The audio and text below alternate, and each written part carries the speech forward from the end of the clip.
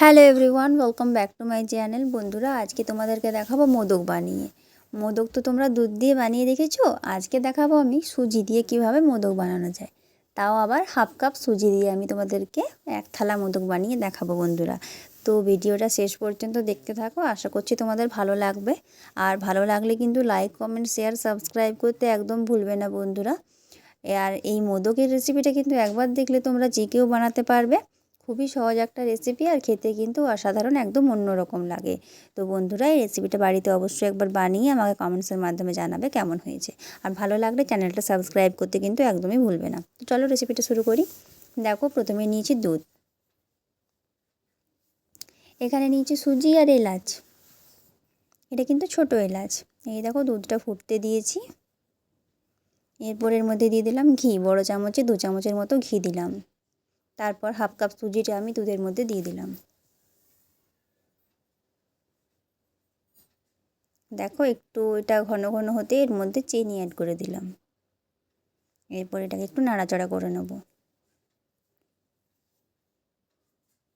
দিয়ে দিলাম 2টো এলাচ, যে এলাচটা আমি নিয়েছিলাম। তো দেখো, এটা হয়ে গেছে ঘন ঘন, এটাকে আমি নামিয়ে নিয়েছি। এরপর মোদকটা তৈরি করব। বন্ধুরা, এটা কিন্তু গরম গরমই একটু তৈরি করতে হবে। হালকা একটু মোটামুটি 30 সেকেন্ডের মতো ছেড়ে তারপর তোমরা তৈরি করতে শুরু করে দেবে। এই দেখো, আমি একটা নিয়ে নিয়েছি লেচি। এরপর এটা দিয়ে আমি মোদকটা বানাচ্ছি। যদি ঠান্ডা হয়ে যায় তখন কিন্তু শেপটা আর আসবে না।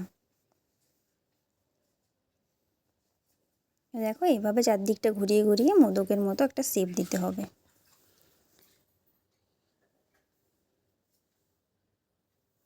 এইভাবে বানাতে থাকবো। এই দেখো বন্ধুরা, একটা শেপ দিয়ে নিয়েছি। এরপর একটা ছুরির সাহায্যে আমি সাইডগুলো ডিজাইন করে নেব, একটু দেখতে ভালো লাগবে।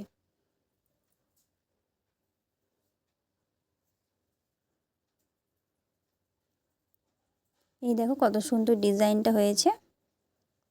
দেখো কতটা সুন্দর লাগছে দেখতে বন্ধুরা। তো দেখো, এইভাবে আমি সবগুলো তৈরি করে নিয়েছি বন্ধুরা। দেখো কতটা সুন্দর লাগছে দেখতে।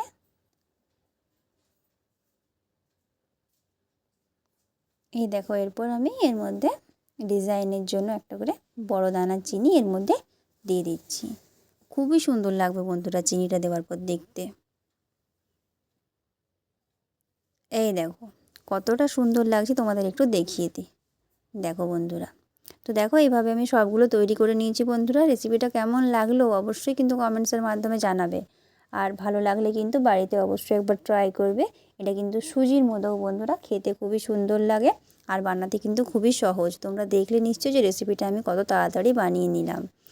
তো আশা করছি বন্ধুরা সকলেই পছন্দ করবেন, বাচ্চা থেকে বড়রা সবাই। তো রেসিপিটা অবশ্যই একবার বাড়িতে বানাও আর খেয়ে আমাকে জানাও যে কেমন হয়েছে। ভালো লাগলে কিন্তু অবশ্যই একটা লাইক দিয়ে আমার চ্যানেলটা কিন্তু সাবস্ক্রাইব করতে ভুলবে না বন্ধুরা। আর পাশে থাকা বেল আইকনটা প্রেস করবে আমার ভিডিও নোটিফিকেশান সব থেকে আগে পাওয়ার জন্য। ভালো থেকো সবাই, দেখা হবে পরের ভিডিও।